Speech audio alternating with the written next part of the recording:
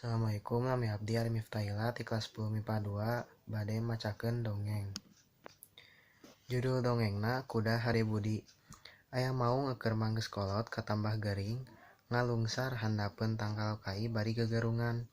Sato-sato nu kungsi menang kanyeri ti manehna ngarumpul ngariung di hareup maung nu keur gegerungan tea. Ceuk munding, sia mah make gegerungan rek nyambat ka saha moal aya nu nyaaheun ka sia mah, sato jahat. Munding ngomongna kitu bari ngagadil maung nu keur gegerungan. Nempu kalakuan munding kitu sakabeh sato anu harita aya di dinya sareuri akeuy-akeuyan. Kabeh sato nu aya di dinya ngaheureuikeun maung nu keur sakarat. Kajaba sakadeung kuda nempo sato-sato sejen galumbira teh manehna mah ukur gogodeg. Ceuk domba, kunaon sakadeung kuda kalah ka gogodeg kitu? Lain teu yeuh tah si belang teh ku sampean.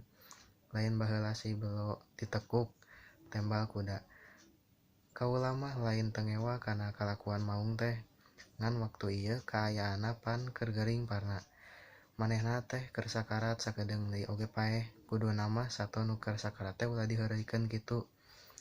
Meureun ceuk batur teh, rajeun aya kawani ka anu keur sakarat. Saenggeus ngadenge omongan kuda kitu sakur sato nu aya di dinya jempe sarta pating ngaleos ka leuweung deui. Peuseun ti carita ieu, jadi jalma ulah sok nganyeri ka batur jiga sakadeung macan, ulah oge ngabales kalakuan jahat ku kalakuan jahat jiga sakadeung munding, sabab sagala kalakuan mah oge pasti aya babalesna, jeung ulah ngan ukur wani ka nu lemah hungkul. Wassalamualaikum.